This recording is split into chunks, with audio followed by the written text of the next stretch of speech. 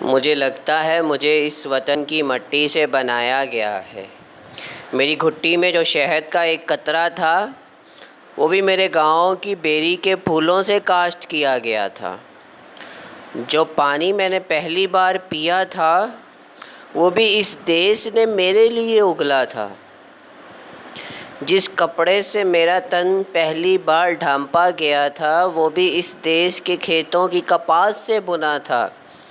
جناب والا، جس ٹکڑے کا نام روٹی تھا وہ بھی میرے ہی ہم وطنوں نے اسی وطن سے سینچا تھا۔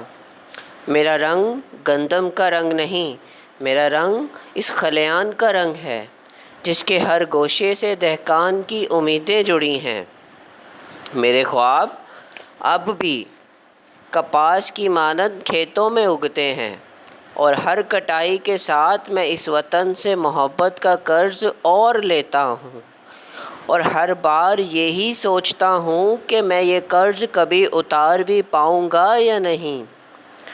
مگر ہر 13 اگست کی رات اور 14 اگست کی صبح بائکوں کے سلنسر پھاڑ کر گلیوں میں گھومنے والے مجھ سے یہ سوال کرتے ہیں، ارے وطن نے کیا دیا ہمیں؟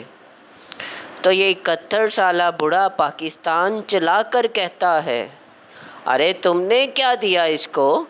سکوت ڈھاکہ میں ہار دیا اس کو، پھر ایک ظالم حکمران دیا اس کو، ارے تم نے کیا دیا اس کو؟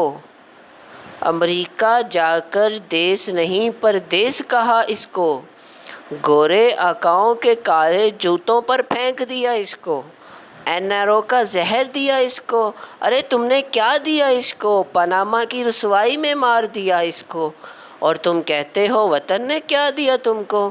ارے اس وطن نے وطن دیا تم کو، وطن دیا تم کو، وطن دیا تم کو۔